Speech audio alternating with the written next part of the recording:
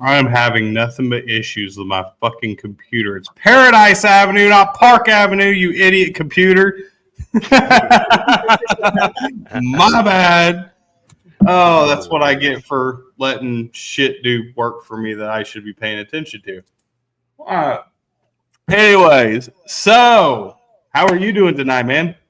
I'm doing fantastic, and how are you? We are doing absolutely fucking fantastic. Thank you for joining us on this Wednesday fucking night. I know it should what time is it where you're at? You're in Canada, right?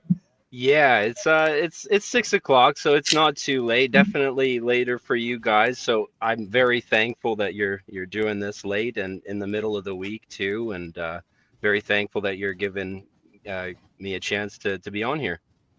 Oh, absolutely, absolutely. So we'll go ahead and like just deep dive right in. I'm going to ask one of my favorite questions right off the bat because I love hearing this answer. At what point in your life did you decide that you want to be a musician? Was it a band, a family member? Like, what was that one pivotal moment? You know, there's been quite a few. I think like there was a lot of signs. Like I think the first time that I had like I guess like a premonition, I was like I want to say 8 or 9 years old, and I had this dream, and it was weird because I couldn't quite like like quantify it at the time, but it felt like I was watching myself in third person on a stage, and like it was weird because some like obviously I had no idea what I'd look like when I'm older, but I for some reason I knew that it was me. And later on when I was like a teenager and stuff, I wanted to play the drums because I grew up like listening to like bands like Avenged Sevenfold and stuff, and just so impressed with what the Rev could do with like his double kicks and stuff like that. And I just grew up like liked a lot of that stuff growing up, but eventually, I ended up just learning vocals and stuff, and I learned how to scream, and uh, kind of wanted to be the first person that I knew in person. So I watched like a bunch of YouTube tutorials and stuff, and like, uh, and then just started going to shows and stuff like that, and I had just randomly right place at the right time met random people. And like the first time I went to this place called the Rock Shop beside one of the venues in Vancouver, and it was for Bring Me the Horizon, um, of Okay. Mice and Men, Let Live, and Issues back in 2014. And we were at the Rock Shop, and Aaron Pauley and Austin Carlisle were there, and it was just like such a weird, surreal experience because at the age I was when it Uh-oh. the sorry, one sec here. No worries. Forgot to put my phone on do not disturb. With that said, I that kind of stuff kept happening. I was walking to a venue, and like, I was just not paying attention, didn't look both ways before I crossed the street, and like I didn't get almost hit, but like I wasn't paying attention, and then I noticed the van last minute and saw it was like Being as an Ocean, and got to meet those dudes, and that was like a super surreal experience. And like I I don't feel like I'm special at all, but like it kind of just these kinds of things just kept happening to me out of chance, where it's like anybody else could have been that person. And I at the time that I was like at the age that I was 16, 17, I wasn't like very good at school, and because I got really bad like ADHD. But so like the concept of academia, and then like an intellectual pursuit didn't really like I didn't think that I could do something like that. And eventually like music just seemed to make the most sense, and I didn't know how I was going to do it. I just said I'm going to figure it out, and I just started putting myself out there, and trying to make bands with friends, and eventually just kind of throwing stuff at the wall and seeing what stuck. And that's honestly how I got to here. So Beautiful, beautiful. All right, Meg, you're up on deck, girl. oh shit, I can't. What? You got it? 1 second here. I don't know what's going on. Technical difficulties. Fucking Why goddamn. is this not Weird working? I'm shit. Yeah, very it's been sorry. a hell of a night. Dude, I didn't even realize I did this, spelled the damn fucking shit wrong. Well, it auto corrected and I didn't pay attention. And it just fucking put it Yeah, I up don't there. know what's Like, going on here. I'm very sorry. You're good. so I'm just hacking up a lung. We can Sorry. see and hear you just fine. Well, I know that. Okay. He's just Oh, I working. bet it's when he got that phone call, it messed up his headset. Oh. Oh, yeah. It always does that. Yep. Yep. It'd be a lot easier if we just all went back to beepers and phones and those wonderful devices. Then we couldn't do this. Well, I mean, we still do this. We just have that other stuff too. I'm so sorry. I don't know if you. Oh, you're good. You're good. I know he can't hear us. He's I will working be on right it. back. Good. Good. He's gonna sign in and sign back out. Right. So, anyways, those of you that are watching, thank you for fucking joining us. We're just kicking it and having all kinds of fucking technical issues tonight, like my computer fucking putting the wrong goddamn name on the band, but it happens. My internet just cuts out. It's like, nope, you think you're gonna start? Nope. Your Right. internet's done. He's getting fucking phone calls. My computer spells shit wrong. It fucking happens. It's just one of those fucking nights. Is And your, I'm tired as shit. I didn't get the greatest sleep last night. What? is your computer plugged in today? Yeah, plugged in right now. Okay. Good. Oh yeah. My computer died last night on the fucking show did. with Sir Coughslot. Yep. Cheers, Garrett. All y'all. Garrett, Hayden. Yeah. Y'all are hyping it up in the chat. Shit's Hell just been going all kinds of fucking wrong. God damn.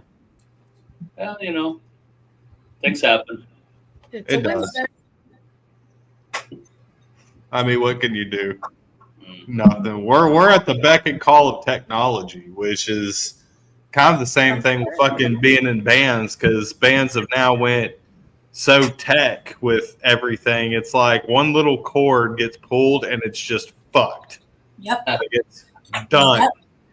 It is game over, and then you guys sit there and panic and get on the struggle bus to get shit back up and running. Mhm. Right. Because trust me, I can't tell you how many times is the whole reason I went fucking cordless was, oh, here we go. Can you hear us now? I'm so sorry about that. Yes, I Oh, can. you're good. Perfect. Beautiful. Beautiful. All right, Meg, you're back up on deck. All right, finally. Okay, no rush to you, but everything's coming at us.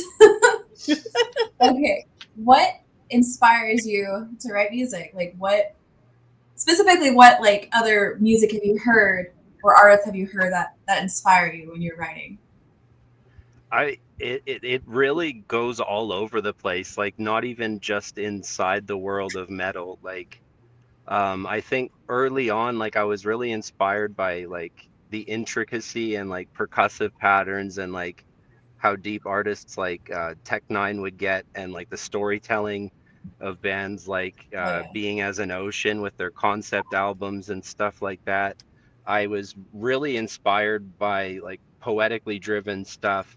And then, a big one for me as well was Architects. Lost Together, Lost Forever was an album that like it came out at a perfect time for me, and like it in a lot of ways it had changed the way I was thinking about things. And then I guess I having occurrences like that where I was just enamored by these bands and their messages. Another big one for me was like Serge Tankian, System of a Down. And like just seeing these these people that were able to inspire people. I felt inspired, and I having met some of the people that I had said previously before I cut out, a lot of them were just very normal people, and they acted normal and treated me normal, and so I was like, that if it, like, why not try and pay it forward, I guess, Mhm. is the best way to put it. Well, I mean, really, all these people, and that's another reason that we do this show, is to kind of like humanize bands and make people understand that they're people too. We're Oh, not yeah. fucking mechanical beings up there just playing music and then get shut off afterwards. And the only time you see us is up on the stage. We're not the goddamn Chuck E. Cheese robots. Goddamn. We're real people with, real lives and real families, and a lot of musicians still have real jobs, even though you may see them on a massive stage playing in front of crowds of 50,000 plus. Yeah. Some of them still go back to regular fucking jobs. Yep. So regardless, they're all still fucking human. Right. I think I've met very few big rock stars that were like, had the whole like rock star ego. Some of them did. Now, I'm not going to lie. Some of them are. Some of them have that attitude, but not all. Most of them, I'd say a good 80 to 85% are still act like regular human beings. And they just want to be treated like a regular human being.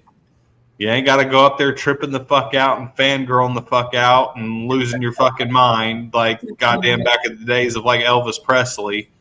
We don't want your panties and your bras. Wait, whoa. Speak for yourself.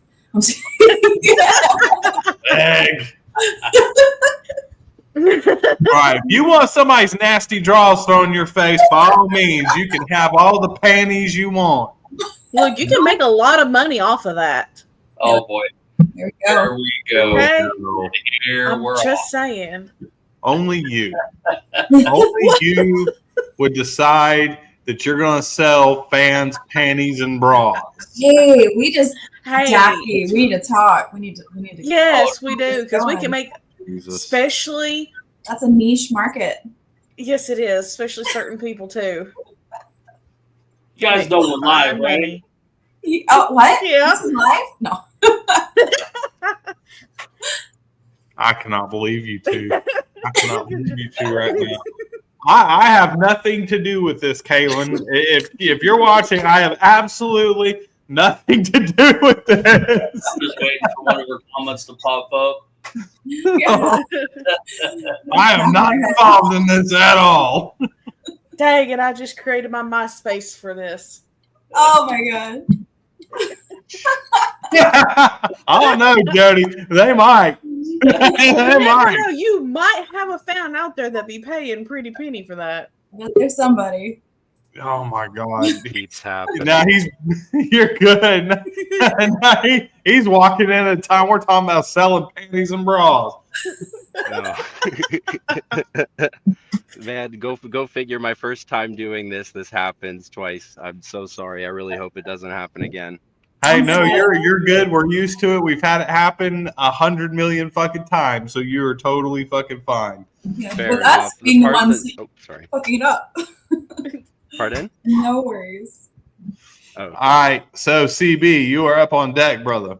All right. So, with a lot of bands using art and using the AI for their art, what's your opinion on AI, and should it be used for music or for pictures or for graphic arts in general?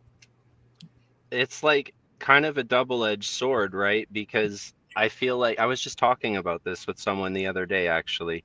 I think that using it to replace creativity is not, like, I'm not a big fan of that.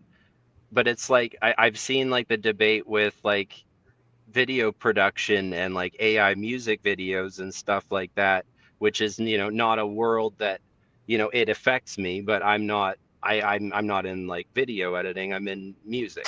And so it's like it would be hypocritical, I think, for me to say no to music but then yes to AI. But then at the same time, it's like, I don't know, it's like it's such a prevalent issue, yet at the same time, there's like, with video editing, it's like you can do so much as like one person with like no budget, and it can definitely help actualize ideas that, you know, if you didn't have $1 million budget, or, you know, like a big crew, or all this expensive gear, you would never have the wherewithal. And so in a sense, I feel like for some people it levels the playing field, but then also there's like the fact that it's, you know, prone to exploitation, and that whole part is something that I'm not a fan of. I definitely think like there should be more conversations about like maybe regulating something like AI,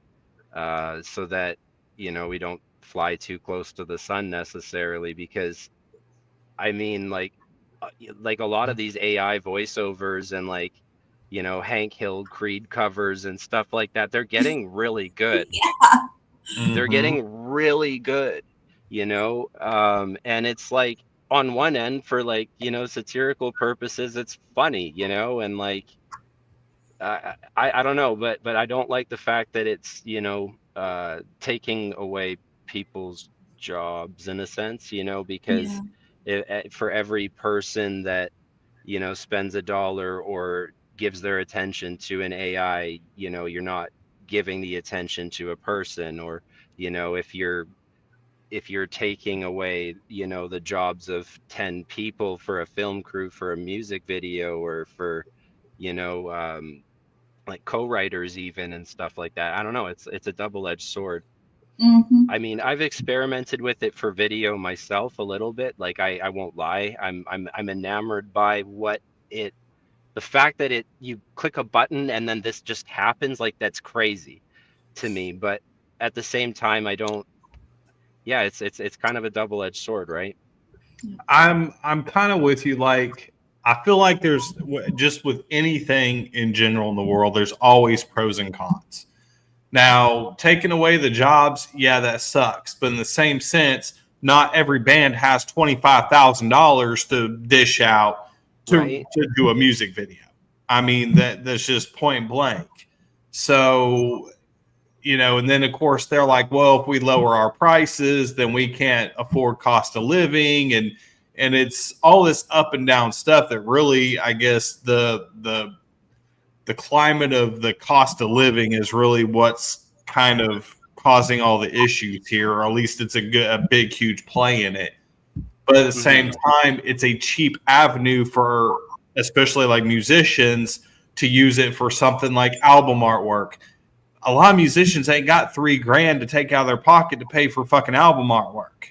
I Or the mean, wherewithal to design a graphic or a logo. right? They just don't have that. You know, you're taking money away from new guitars, new gear, buying merch, all this other shit. You know, trailers and buses and gas and hotel rooms and all this shit other shit that you have to fucking pay for as a band. Well, Like some nobody people will realizes give up necessities Not even just to pursue. surviving. Yeah. right. So it's like, you know, us as musicians, to where back in the day, yeah, musicians used to make a lot more money, but the day of the record label is pretty much extinct. There's not a lot of record labels out there that are like, oh, here's $1 million contract. Here's $1 million to fucking live off of and buy all the shit that you need.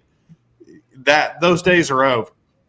You know, and if they are going to do that, they're going to own your ass for the rest of your life, because they're going to hit you with like a fucking 35% interest rate, and they're going to rape the holy shit out of you for the rest of your life. You're going to die on that stage at 92 years old. You're going to be croaking in your walker, and you're still not going to have them fucking paid off.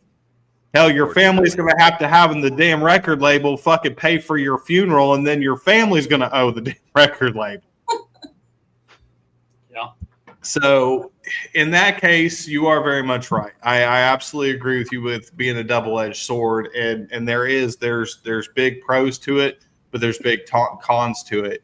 Do I think AI should be writing music and all these AI bands coming out? No, that's bullshit. That I do not agree with at all. Do what? Have you guys heard of Suno? I No. think that's what it's called. It's like, it's bigger in like the hip hop world.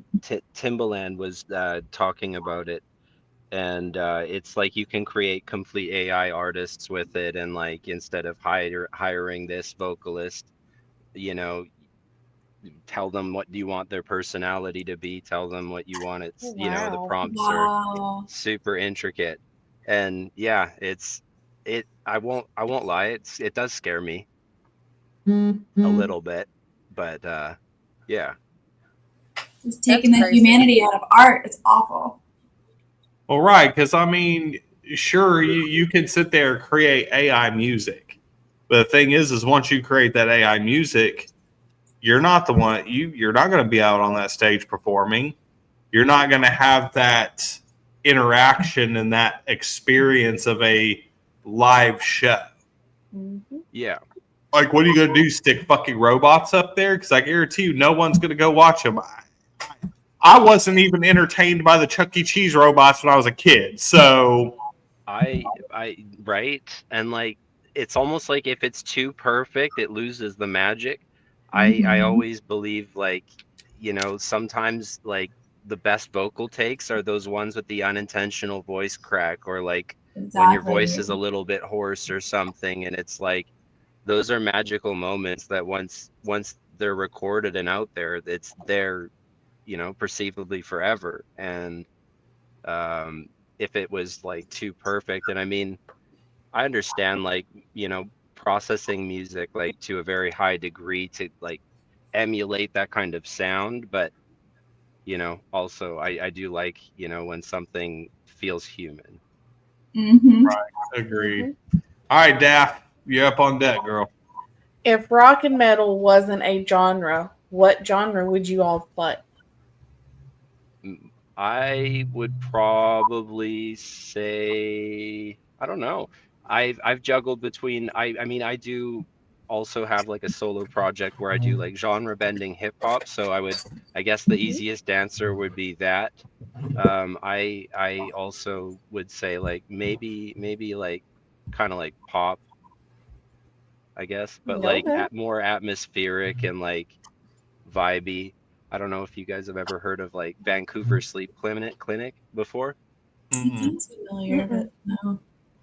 He's like really, really, really good like falsetto control, and it's like he's got like a very angelic voice, and it kind of like with headphones on, it kind of sends you somewhere. And like I'm not the greatest at falsetto. Like I would say I'm more of like an emotional like kind of vocalist. It's the passion rather than like being the best for me. But Mhm.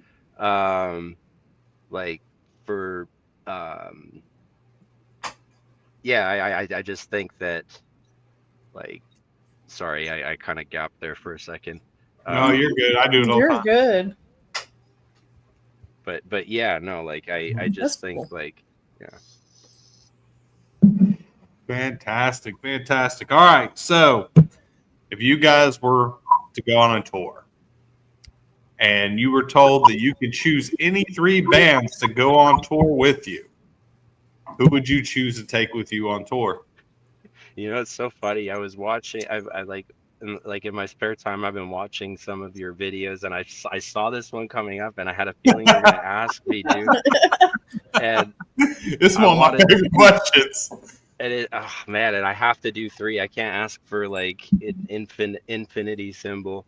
I would say, I would say for the band, like with regards to the band, and not just like my own personal like I would say like taking into consideration Zero, the other half of Paradise Avenue, um, taking into consideration his interests too. We'd probably say Avenged Sevenfold would be a big one.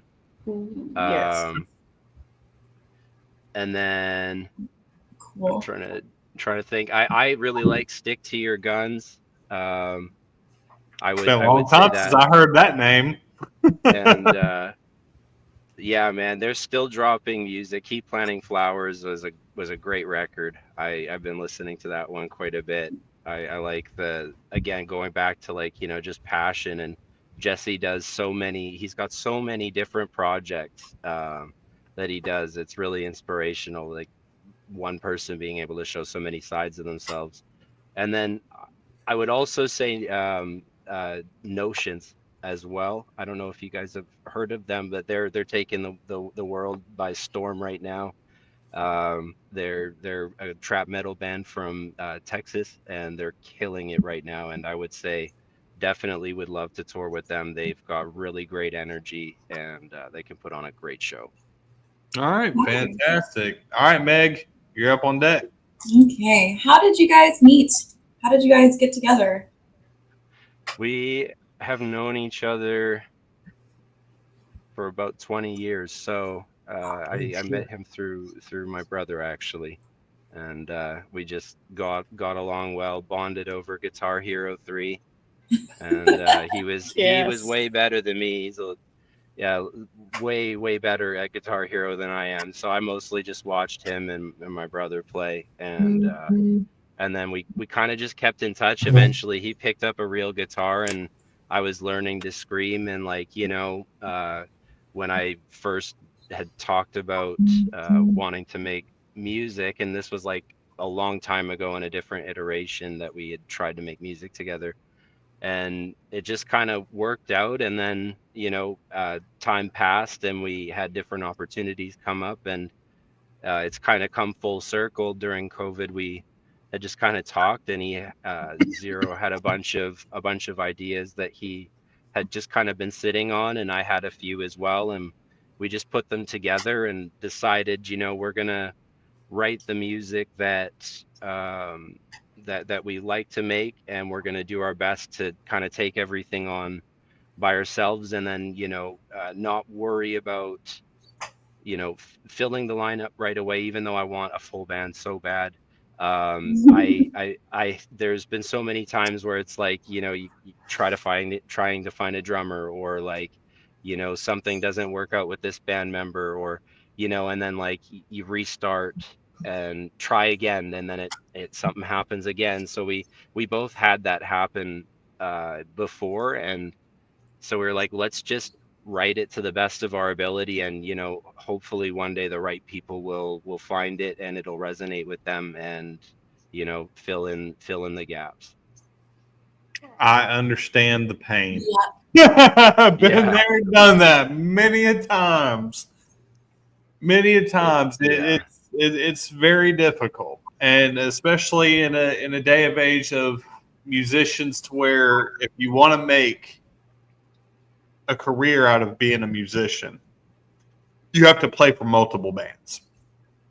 Yep. And in that case, it causes a lot of issues, because conflict you're of in, interest. you're in 3, 4, 5 bands, but you got 2 or 3 of them trying to tour at the same time, and they all want you to fucking play. And then you got to pick and choose, but then whatever band you choose, the other 1 or 2 bands that are trying to tour at the same time, you just fuck them.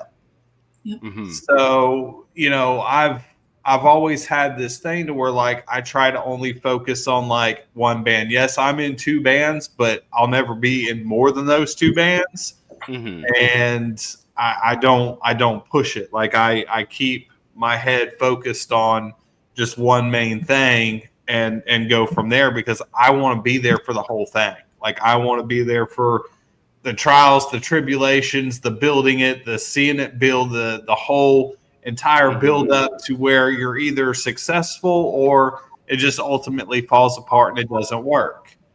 But I want to be there for the whole entire thing. So when I come into a band, I'm gonna give that band everything I got until Exactly. the fucking bitter end. Mm-hmm.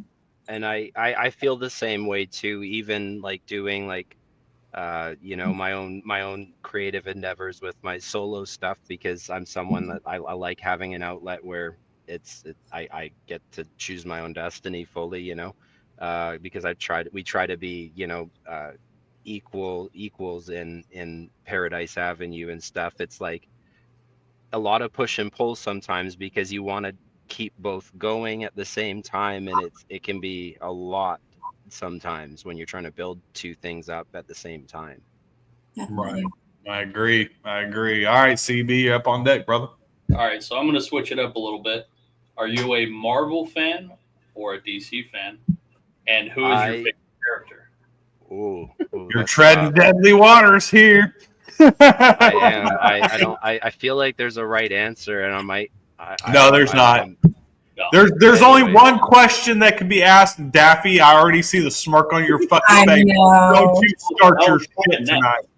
Don't you start your shit. I don't know what She's you're talking gonna do about. She's gonna do it. She's gonna do it. I would say Marvel probably. Okay. Okay. And the best way what I watched the most of growing up, and then also because I've been playing Marvel Rivals in my spare time here and there, and yeah, I like the team games, but like just being able to play with your friends and communicate and stuff, especially when people move away and whatever, it's a good way to stay in touch. But That it is. I would say favorite character. I'm gonna just go with Deadpool because I think he's funny and I think the regenerative ability Yes. is super badass. Well, see, there's not a right or wrong answer on here because, like me, I love Marvel and DC like level.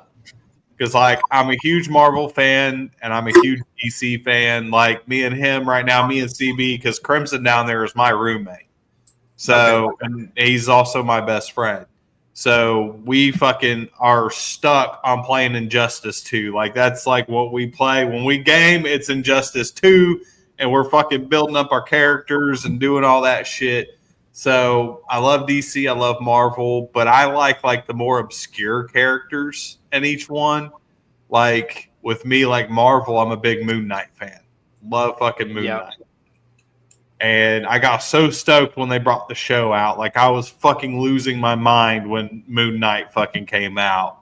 And then like with DC, it's Blue Beetle. Blue Beetle is like my fucking favorite character. And when that Blue Beetle movie came out, like I was like there day one. As soon as it hit the fucking theaters, I was like nerd in hand, tickets in hand, first one in line, ready to fucking get in there and watch it. That's awesome. Nice. So yeah, there is not a right or wrong answer on Marvel and DC. Not at least not with us. There's only one question. There is a right or wrong answer. Don't you start your shit, Daffy. Uh-oh. I don't know what you're talking about. Well, she's up. So fucking. So here's the question. He says there's a right or wrong answer, and there's actually only one right answer. Are you a Star Trek fan or a Star Wars fan? I would say both, but Oh, okay. if I have I to could choose, take that.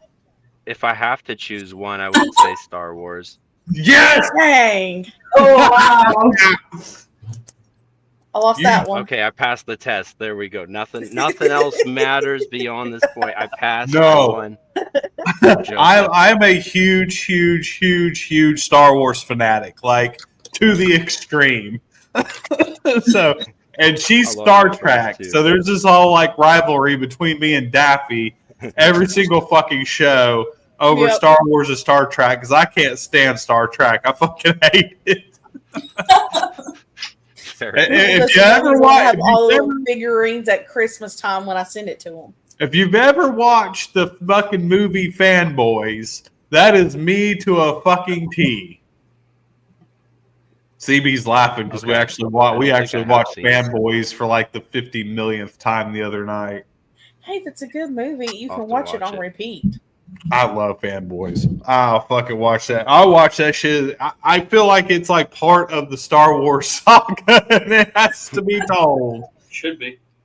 Yeah, if you're a Star Wars fan, you have to watch the movie fucking Fanboys because it is fun and it's funny as shit.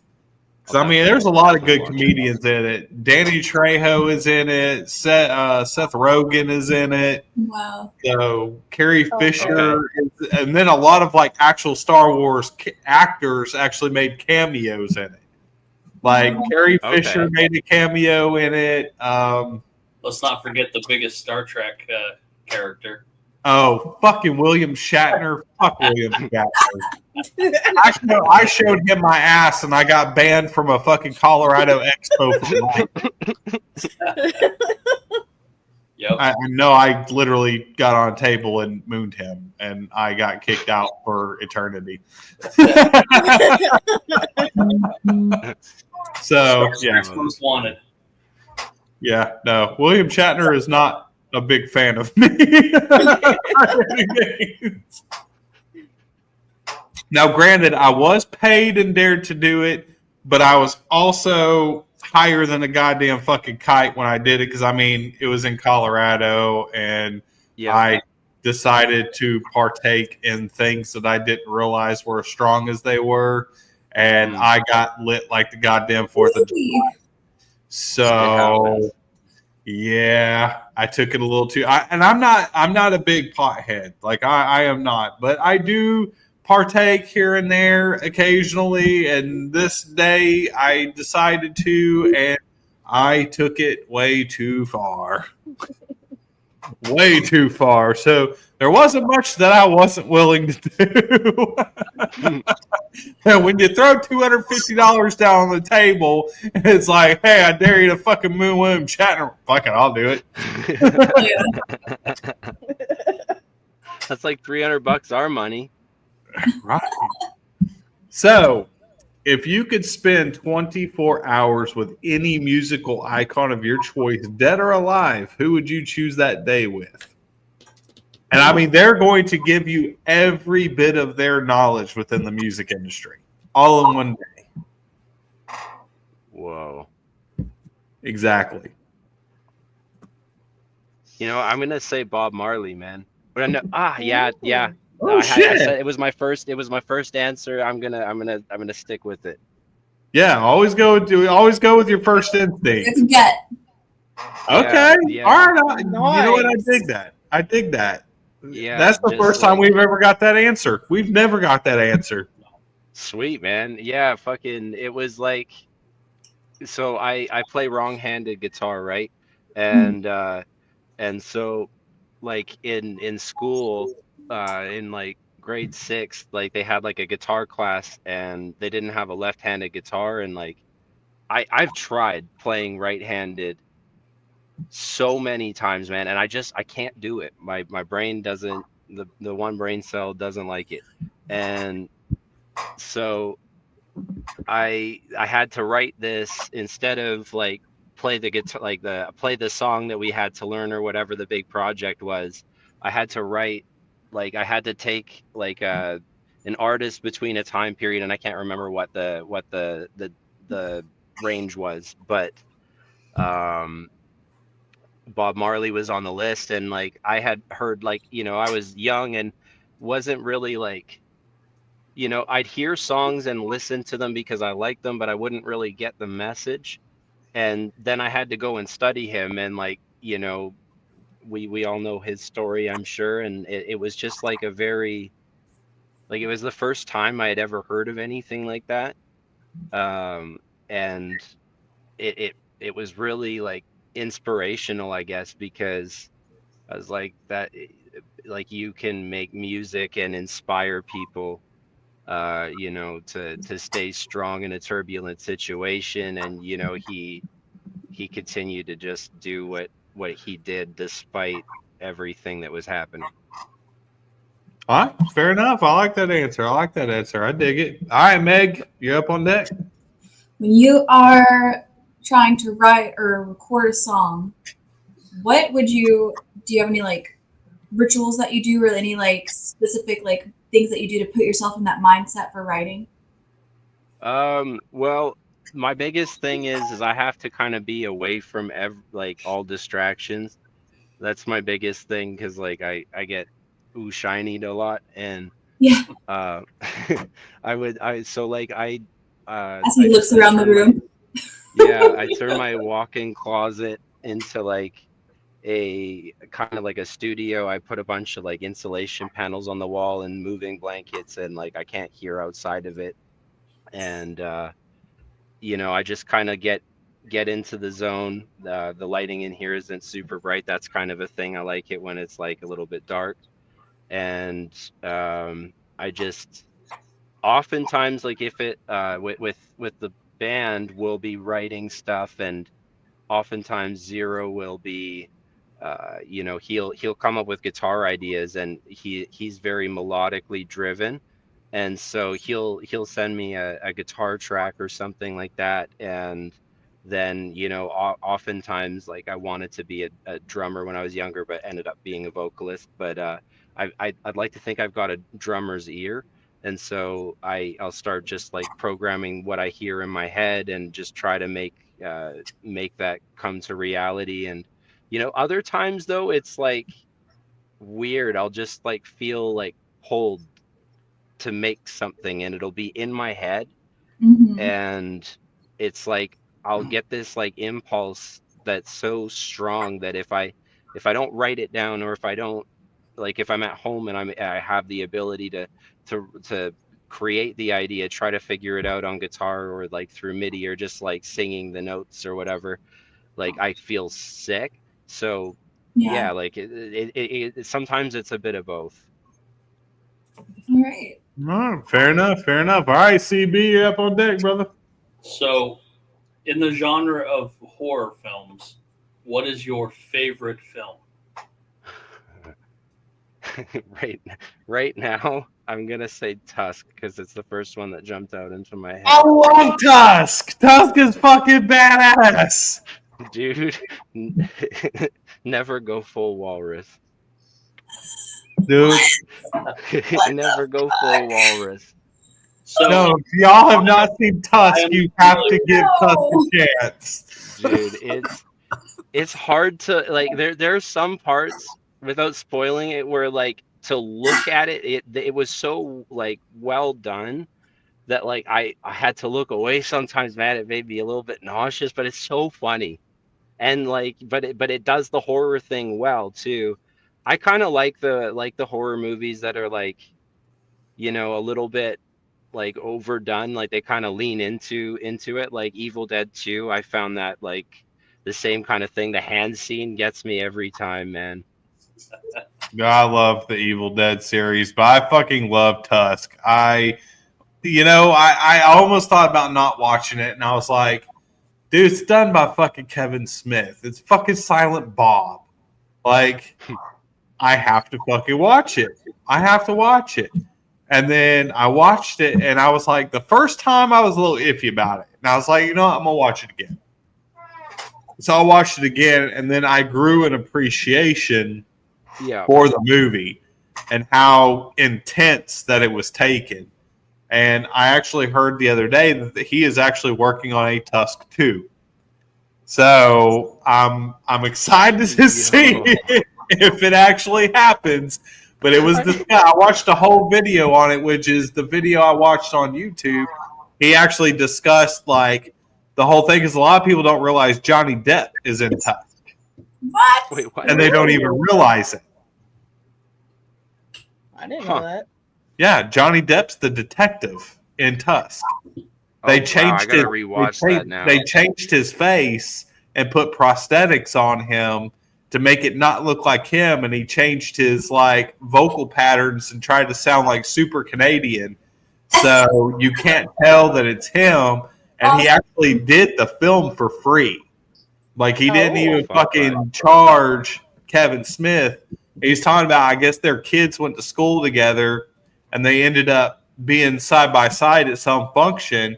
And Kevin started telling him about the movie, and Johnny's like, I want to do it. He's like, seriously? He's like, yeah. So then he's like, well, send me the script. So he sends him the script, and he was like, oh, I fucking love it.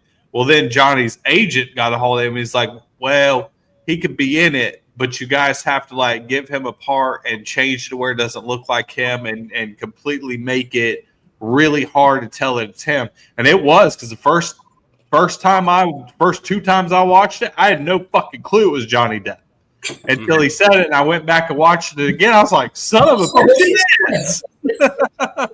I'll be goddamn. Fuck, he made it. They did a really good job of covering up the fact that it was Johnny Depp. Wow. Well, I guess I'll have to watch it. Yeah, it's worth definitely worth it. It's totally fucking worth it. All right, so that was CB. All right, Daph, you're up. If you guys can put your music in any past or present video game, what would you put it in? Oh, that's a fun one. I mean, we've only put out one song, but we want to like get pretty heavy at some point. I mean, I don't know. I'm trying to think of like what we've got done right now, and and think Those of of you like, that what are game actually would fit the best. Those of you that are actually watching right now, we're actually going to play their new single at the end of the show. So stick around. And that is a song called Circle, correct? Yeah.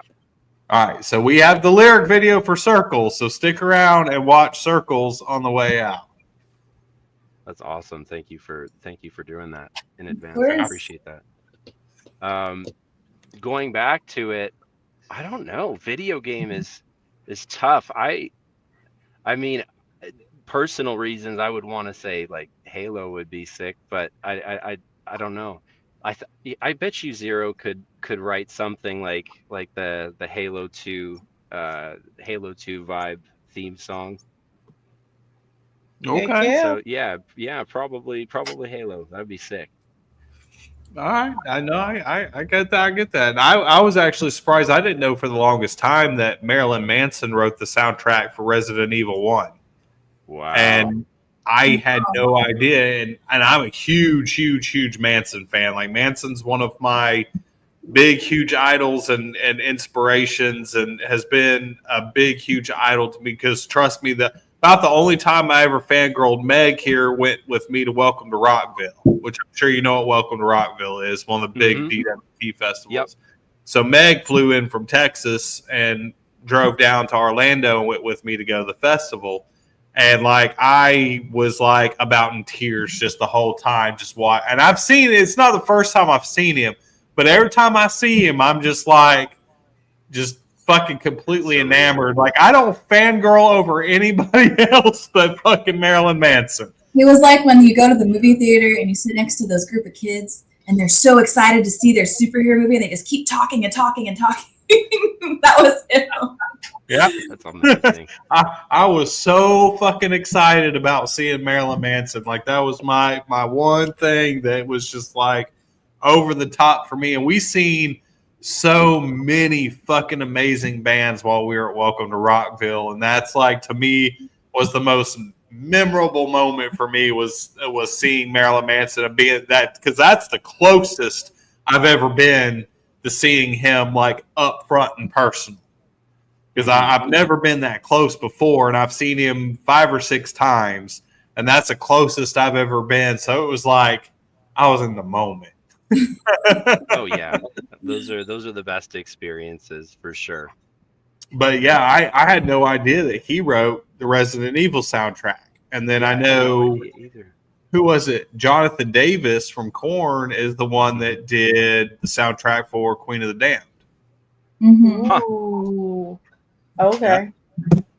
Yeah, Makes sense. they even used his voice for Lestat. So every time Lestat sang, it was actually Jonathan Davis' voice. Oh, that's Ooh. cool. I had to That's watch a awesome. bunch of behind the scenes shit for that, because like I heard whenever the first movie, when he's sitting on top of the amplifiers and the band's practicing and he starts to sing, that's Jonathan Davis's voice that they use. And I heard the voice, I was like, why is that so fucking familiar? And then after the movie, I bought one of those like extended edition DVDs that had like behind the scenes footage. And that's when they're like, yeah, it's Jonathan Davis's voice that they used for everything that Lestat did singing wise for that band. It was Jonathan Davis. That's so cool. Great. I was like, okay, that's fucking dope as shit. All Oh, right. yeah, Fucking 100%. dig it. All My right. turn? No, your turn. Yeah. Yours. Go. My turn. Okay. If you each had to do a karaoke song solo, what would the song be? Both of us would say All Star by Smash Mouth. Oh my God. Yes. All right. I can get behind that. And all I can That think is about is that so Shrek They don't movie. stop coming and they don't stop coming. All right. Let's stop coming. Keep going. Wow. I totally fucking forgot about that song until now. Great song.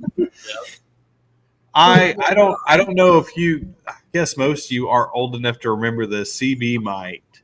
Do you remember the station they had that was nationwide that you could pay to listen to music videos?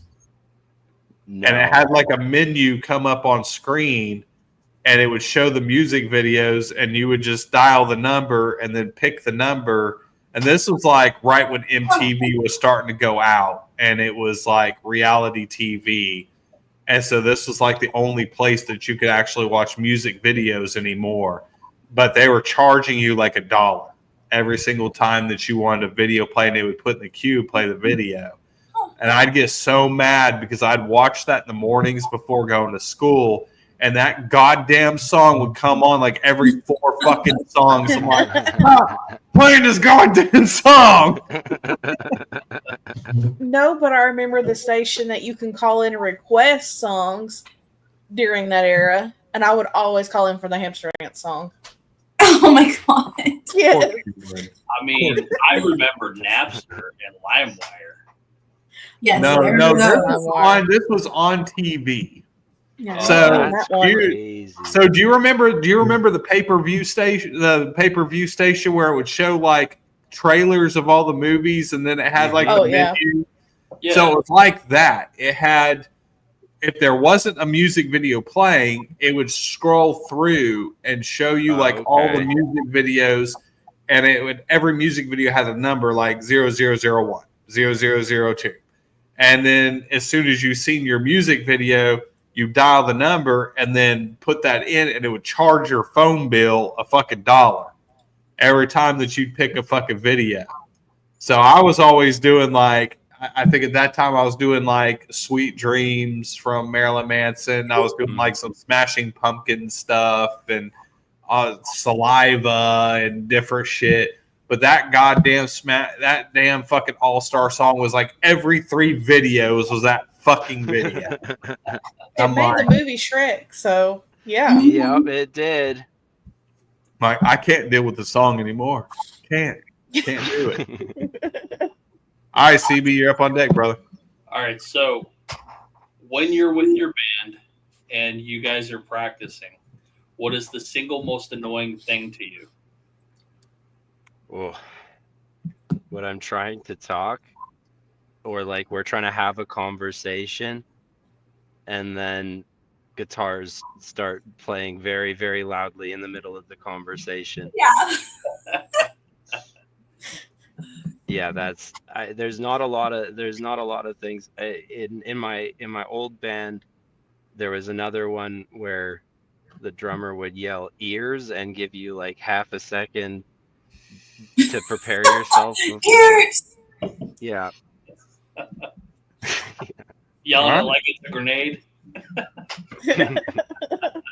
Fair enough. All right, Daff, you get the last question of the night before we get in the music video. All right, so if you guys can go anywhere in the world to play, where would you want to go?